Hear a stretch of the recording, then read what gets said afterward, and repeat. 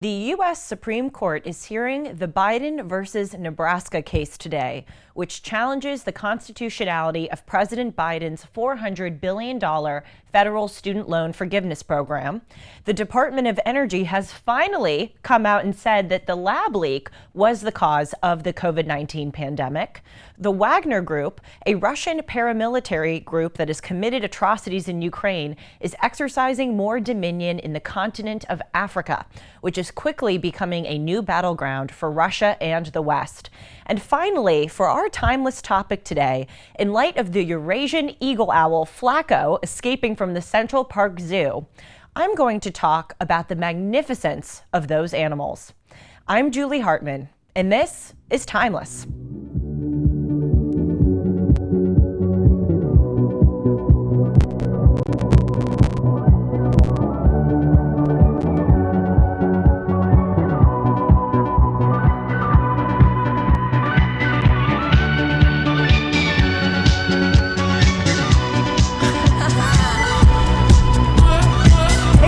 It is Tuesday, February 28th, 2023. I hope that you all had a great weekend. As a reminder, you can watch Dennis and Julie on Mondays. The episode, what was it called, Sean? Great People? Is that the name? See, I do pay attention to my own show. The episode is called Great People. It premiered yesterday, and it is episode 51, which means that next week, next Monday, will be our 52nd episode of Dennis and Julie. And given that we do it once a week, that means that it is our 1-year anniversary of broadcasting. That is pretty crazy to think about, given that we started Dennis and Julie out of my college dorm room when I was a senior. And I remember before we would film, I would run out into the hallways. I had 5 other roommates and yell, "Be quiet, I'm on the air." We've fortunately elevated the set a little bit. Now, of course, we're in person. But anyway, it will be great to celebrate the 1-year mark. So I encourage you all to watch it next week. I'm going to bring in a bottle of champagne. One of us drinks, the other one doesn't. I think you can guess which one between Dennis and me drinks. But maybe we will force Dennis to have a few sips at the very least. Before we move on to news, also, I encourage you to like, comment, and subscribe to this channel. You can also follow me on Insta and Twitter at Julie R. Hartman. First, the U.S. Supreme Court today is going to hear the student loan forgiveness case, that is Biden versus Nebraska. The case regarding President Biden's $400 billion proposed plan to forgive federal student debt for tens of millions of borrowers. So let's do a little bit of a background on this case. Last summer, President Biden issued an executive order that he would be forgiving up to $10,000 in debt for those who make $125,000 a year individually, or for married couples who collectively make $250,000 annually. Now, there are 2 ways that you can get student loans. The first is federally guaranteed student loans. And then the second way, which used to be more popular but now isn't as popular, is that there's a small number of private student loan forgiveness programs. But again, the vast majority of people who take out these loans do so federally, which means that 95% of borrowers would be forgiven under this proposed student loan forgiveness program by President Biden.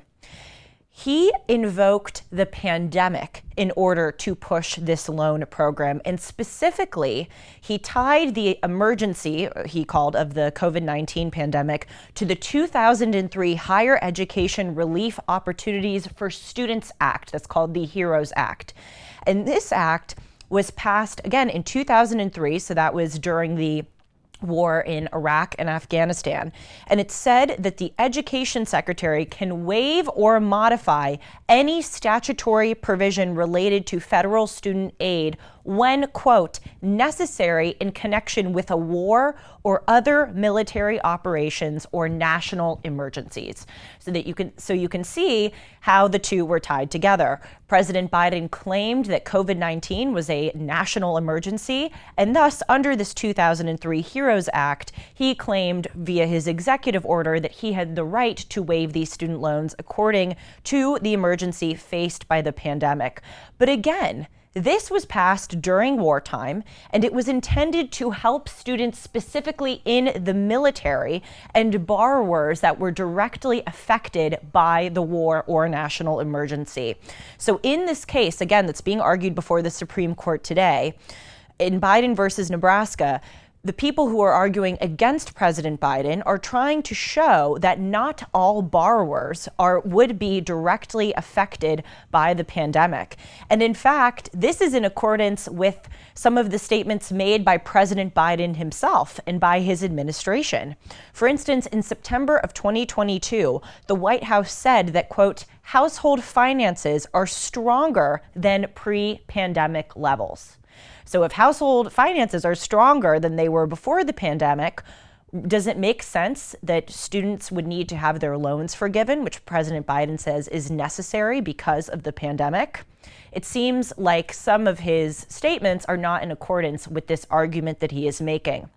Also, former House Speaker Nancy Pelosi famously said in July of 2021 at a press conference that the president does not have a constitutional right to forgive student loans. The direct quote is, "People think that the president of the United States has the power for debt forgiveness," Pelosi said. "He does not. He can postpone, he can delay, but he does not have that power. That has to be an act of Congress." And in a later quote, she even said that's not even a discussion whether the president would have the right to forgive student loans. If we zoom out a little bit, President Biden has used this pandemic to push forward many policies that he knows will be popular among his voters. And by the way, that timing of this federal student loan forgiveness program is not a coincidence. He came out with the announcement again last summer in 2022. And let's think about that. That was just a few months before the midterms. So some have argued, and even the Wall Street Journal this past weekend in one of their editorials said that this was an attempt by the Biden administration to buy off votes. Also, the Biden administration has used the COVID pandemic to pass forward a vaccine mandate for federal workers and even for private workers, which is unconstitutional. He, meaning President Biden, has also exceeded his power on the rental eviction moratorium, again, evoking the necessity posed by the COVID-19 pandemic. So this Supreme Court case is really important because if President Biden is allowed to evoke this emergency to forgive federal student loans, then really it will set a precedent that a president can declare any emergency and then push forward his or her policies in accordance with that emergency. So it is very important that the Supreme Court decide this case well and judiciously. Also, before we move on, I have two other points to make. First of all, this idea of calling it student loan forgiveness is such a misnomer. That money does not just disappear. We would love for debt to just poof, magically evaporate into the air and disappear for those who hold it, but that's not the way it works. Really, what this should be called is a student loan transference of debt to taxpayers, because a part of that executive order that President Biden issued, it specifically said that this money will be passed along to taxpayers. Taxpayers have to assume that debt. So again, calling it forgiveness is a total misrepresentation of what is really going on. And second, and relatedly, this fits into a theory that I have long had of why, in part, leftism is so popular. And I believe that it is because on the surface, leftist policies are always going to seem more compassionate than conservative policies. Look at this one, for instance, student loan forgiveness. If you don't take a lot of time to research what's really behind student loan forgiveness, if you don't take the time to to learn the facts, then on the surface, it's going to seem like the right and compassionate thing to do. Why wouldn't you want students who have loans to have that loan be forgiven for them? Even if you look at other policies that are peddled and passed by the left, Minimum wage. Again, on the surface, that seems like the most compassionate thing to do. Why wouldn't you want to guarantee workers to have a minimum wage? But then if you go beneath the surface and you do more research into the background, you can see that companies, in order to continue to make money, offset their prices by charging people more, having consumers pay more for the goods, or by hiring fewer people. So the minimum wage law seems to benefit workers, but there's always a twist that actually ends up undermining them. And then another example is the living constitution approach that many on the left and current Supreme Court justices claim that is the best constitutional jurisprudence. Again, on the surface, it seems like a totally great thing to do. The Constitution is this old document. Why wouldn't you want to breathe life into it and make it a living document that can fit and bend to accommodate the different circumstances of the time? But then if you go below the surface and you do more research, you realize that you have to be beholden to a certain document, to a certain set of laws. Otherwise, you can just read whatever you want into the Constitution. So again, it's really important when we're talking about student loan forgiveness that we understand how much more there really is than what is being peddled, at least again here on the surface. Now, moving on to other domestic news, I'm sure all of you have seen this in the headlines. People are calling this or saying that this is a really big deal, that the Department of Energy has finally said that the lab leak is the origin of the COVID-19 pandemic. My response to that is, duh. Where have you been, Department of Energy? And also, no offense to the Department of Energy, why do we care what they are saying about this pandemic?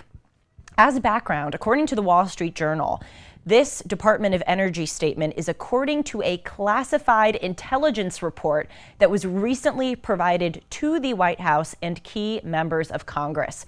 The Department of Energy now joins the FBI, among other federal agencies, in saying that the virus likely spread via a mishap at the Chinese laboratory in Wuhan. Now, the Department of Energy previously said that it was, quote, undecided as to what the origins of the virus were. But now, according to that classified document, it has said that it is making this judgment with low confidence. So, as background, Jake Sullivan, who is the national security advisor to the president, has said that President Biden has directed, quote, every part of the intelligence community to try to do their own reports on the origins of the pandemic. He also said, quote, there are a variety of views in the intelligence community. A number of them have said that they just don't have enough information. Now, it's unclear that the Department of Energy was a part of the, quote, intelligence community. That doesn't seem to make a lot of sense to me, and I would bet it doesn't seem to make a lot of sense to most Americans.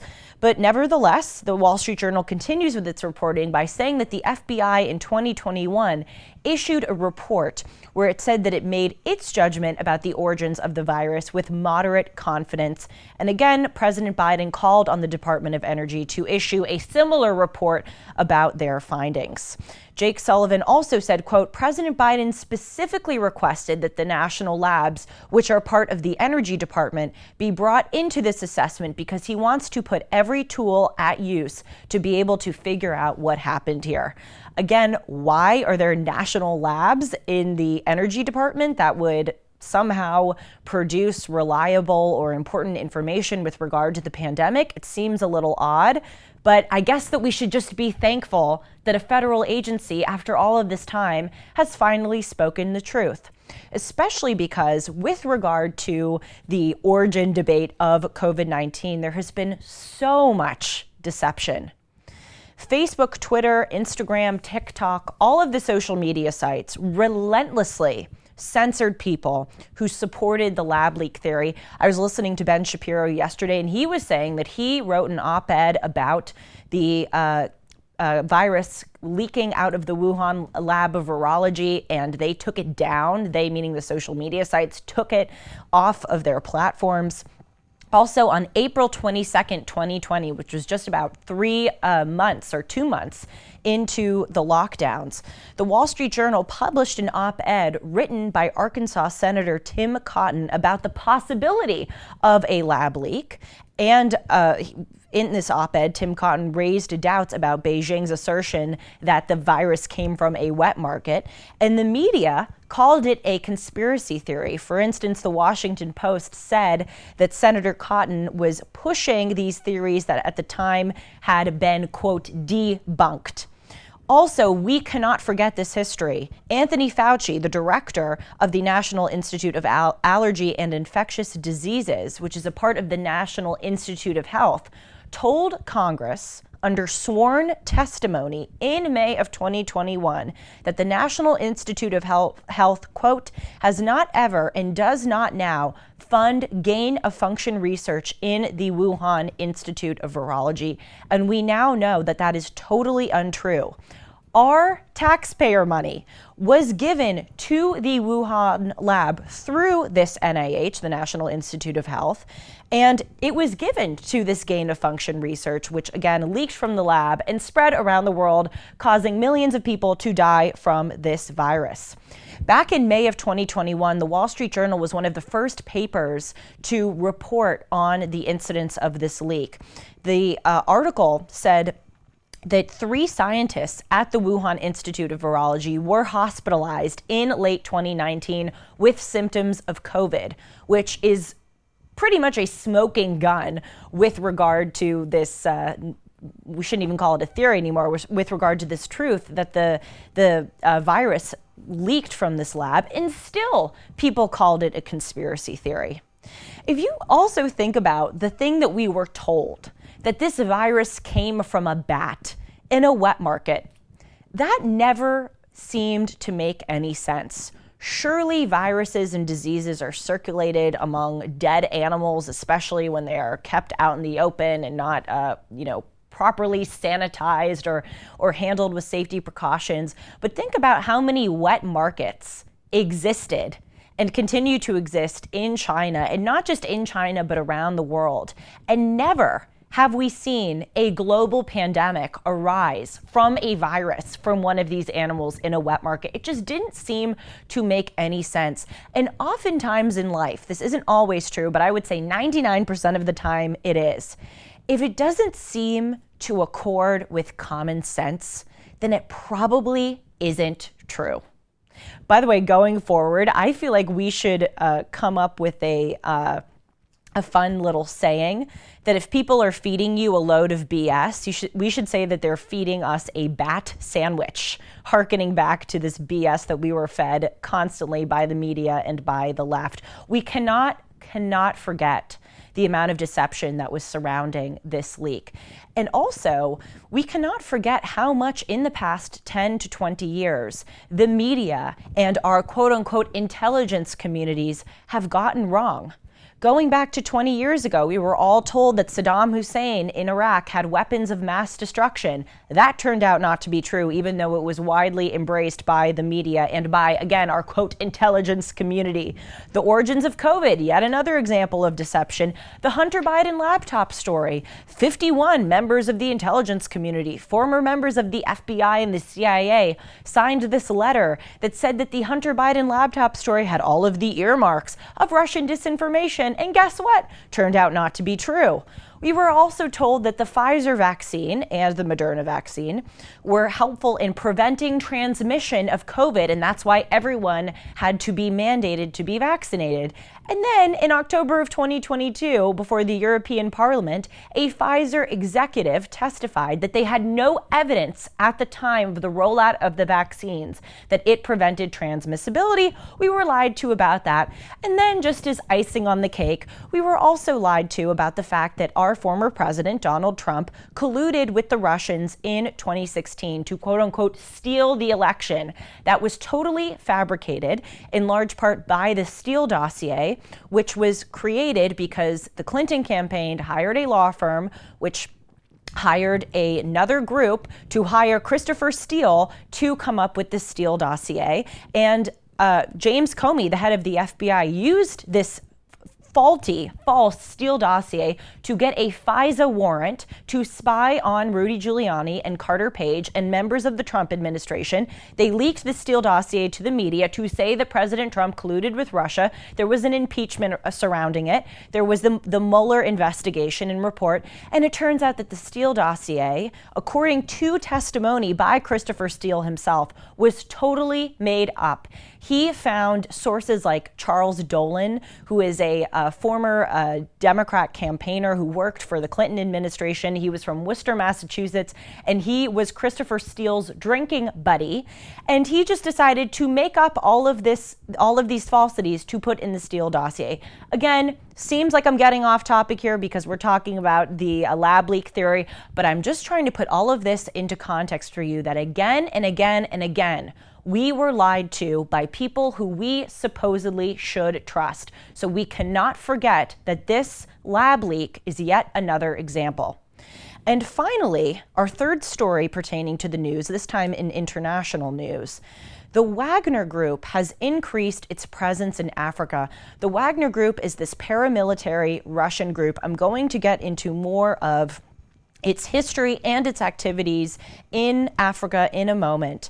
But the big news story here that broke is that French troops are leaving the country of Burkina Faso and are likely being replaced by the Wagner Group. So why were French troops in Burkina Faso? Well, Burkina Faso was once a French colony, and about 400 French troops were stationed in the country in order to fight Islamist militants in Burkina Faso.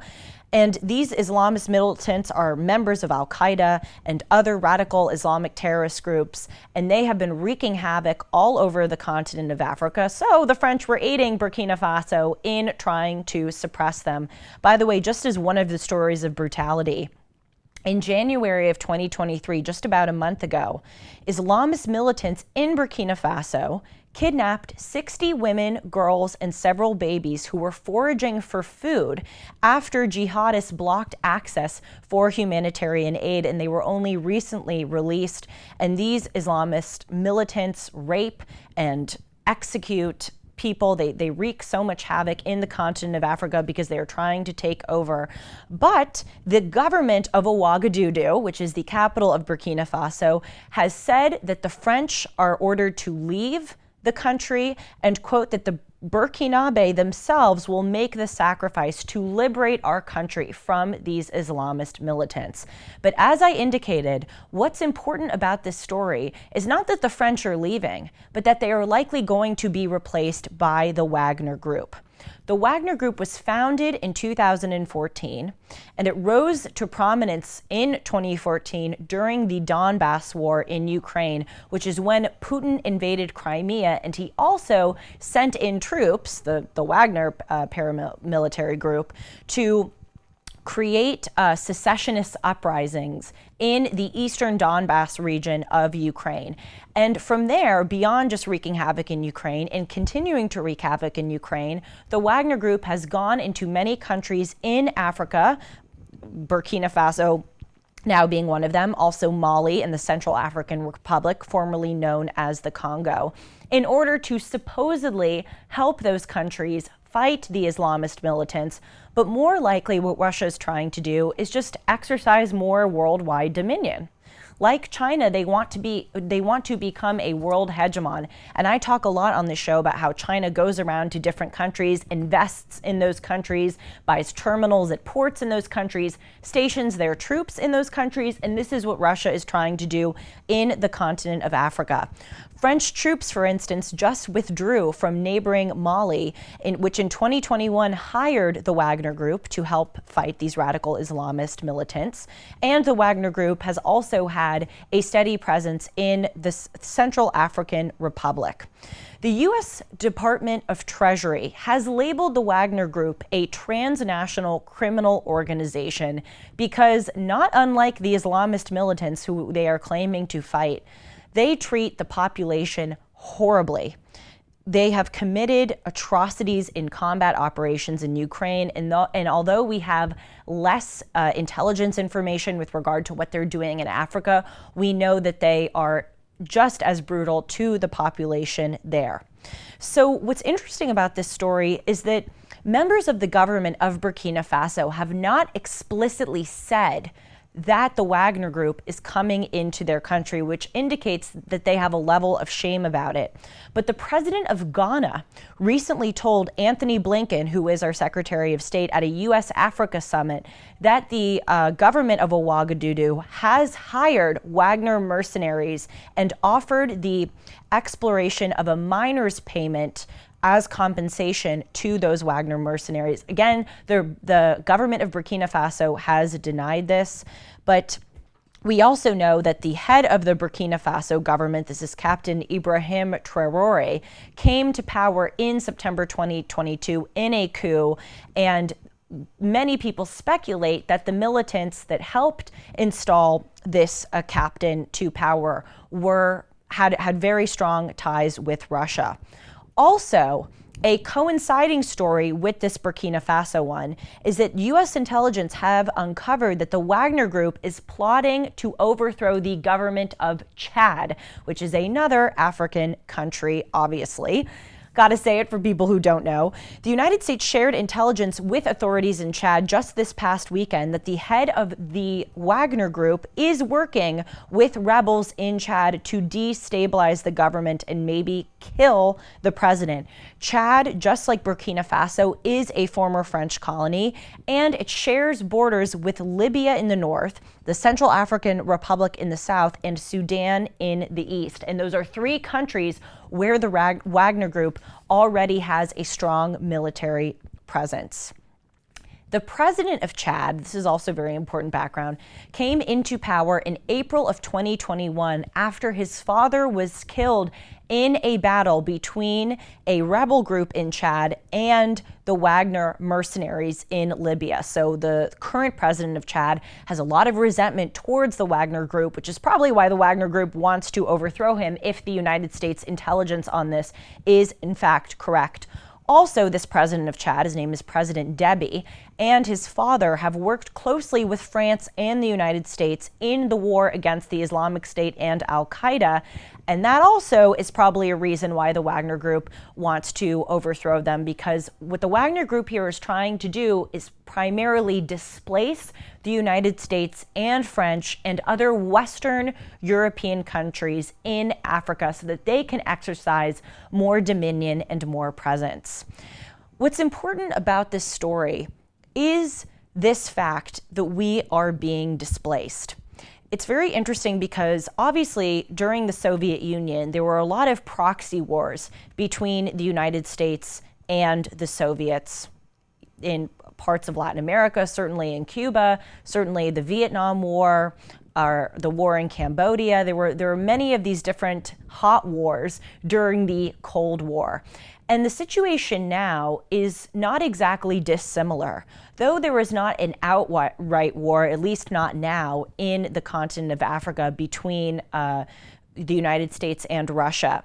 The fact that the Wagner Group is trying to overthrow United States-backed governments in Africa arguably serves as yet another proxy or hot war during our time. And finally, for today, getting away from the heavy news topics that I always discuss, in light of this owl escaping the Central Park Zoo, I want to talk to you a little bit about owls as animals themselves, which I know seems like a total 180. But as those of you know who watch Dennis and Julie, and those of you who also watch Timeless, I'm really trying to get more into hobbies. One of the things that I lament about people in my generation, and myself included, I'm totally guilty of this, is that we just scroll and scroll and scroll all day long, and we don't seem to have hobbies or interests outside of just looking at our phones. And so while I'm still young and impressionable and I can mold my brain, at least during these early years in my 20s, I'm trying to push myself to find more hobbies.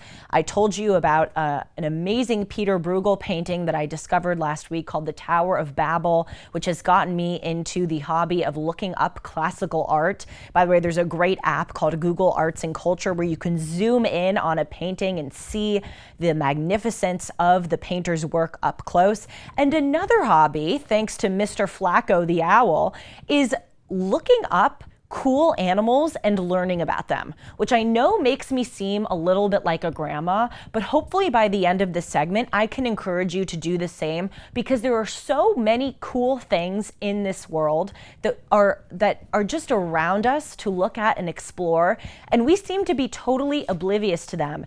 And owls, I think, fall into this category. So let me first give you a little background on this guy Flaco that I'm talking about. Some of you at home may be thinking, what is she even saying?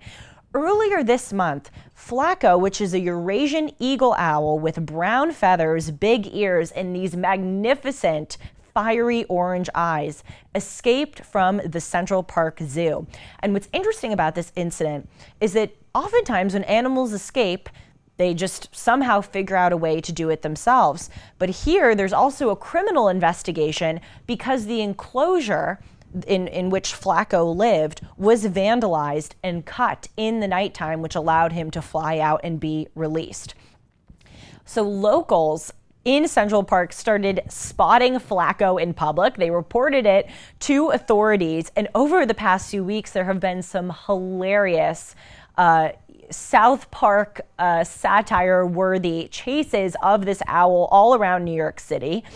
And Flaco has seemed to do so well out in the wild, which is uncommon for zoo animals who are used to a rarefied environment, that actually authorities are allowing Flaco to stay out in the wild and not return to the Central Park Zoo. That's also because they've had a really hard time catching him. Literally, police officers have scaled trees in Central Park to try to get him, and he's just flied away.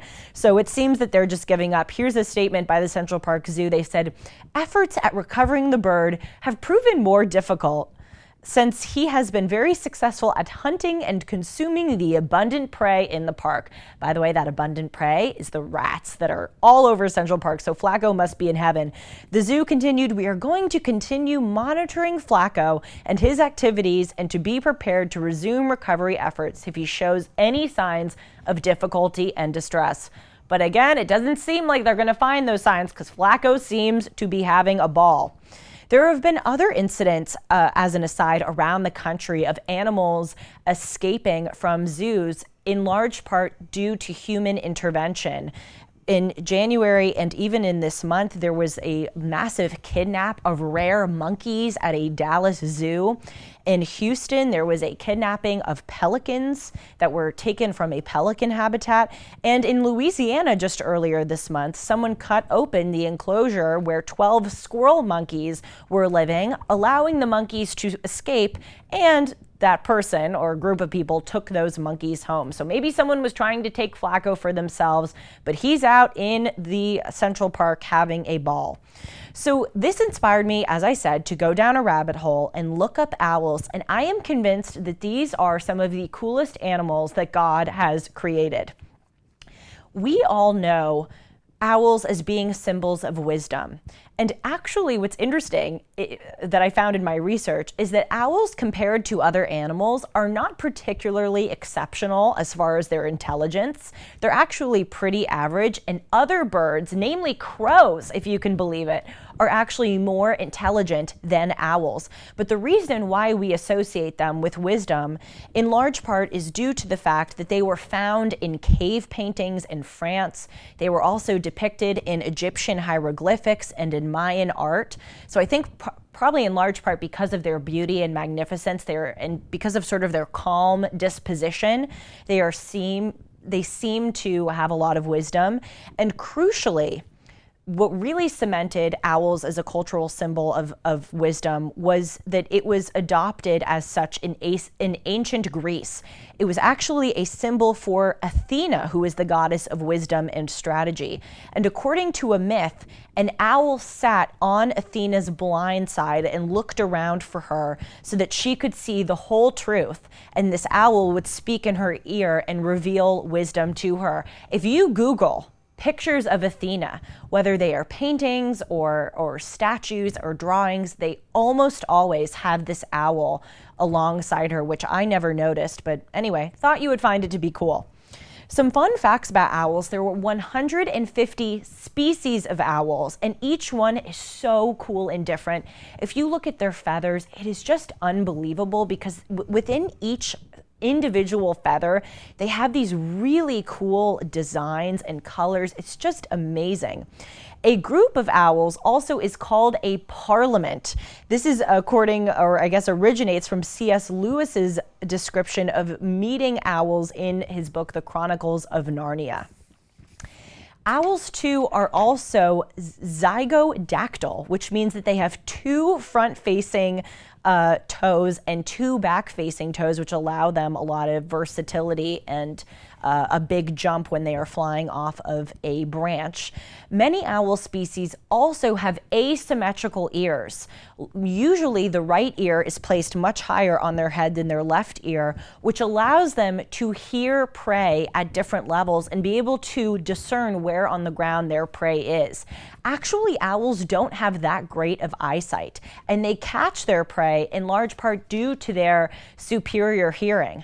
Also, the way that an owl's face is designed, there's a lot of feathers surrounding the face, and the different layers and positioning of those feathers allows sound to be funneled effectively towards the ears, which allow the owls to pick up and pinpoint their prey on the ground. Speaking of prey, barn owls, which I think are the prettiest types of owls, can eat up to 1,000 mice a year.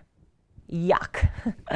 And when they eat mice, they swallow it whole, and then afterwards, sorry for TMI, they vomit up the skeleton and the teeth and the eyeballs of the rat.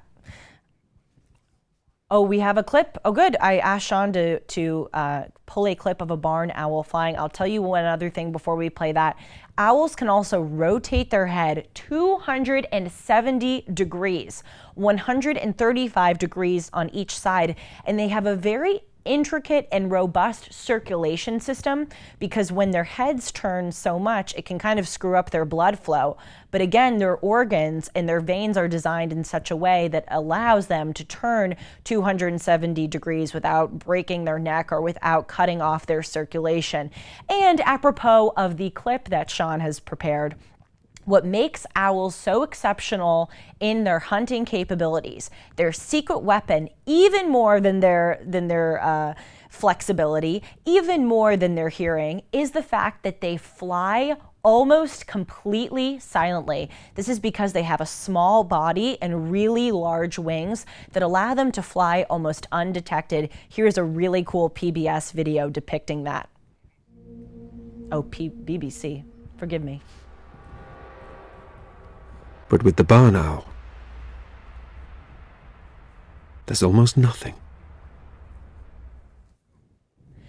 Even if you look down there at the video, there's a lot of white, and those are feathers that the BBC, scientists who are conducting this video planted to see if they would move when the owl flew, and they did not move at all. And again, it's because of their small body. When other birds fly, they have to really flap their wings vigorously in order to stay in the air to support their big bodies. But owls are just different and superior for that way. And again, if there's anything that I would like you to take away from this segment, it's the fact that life around us is really cool.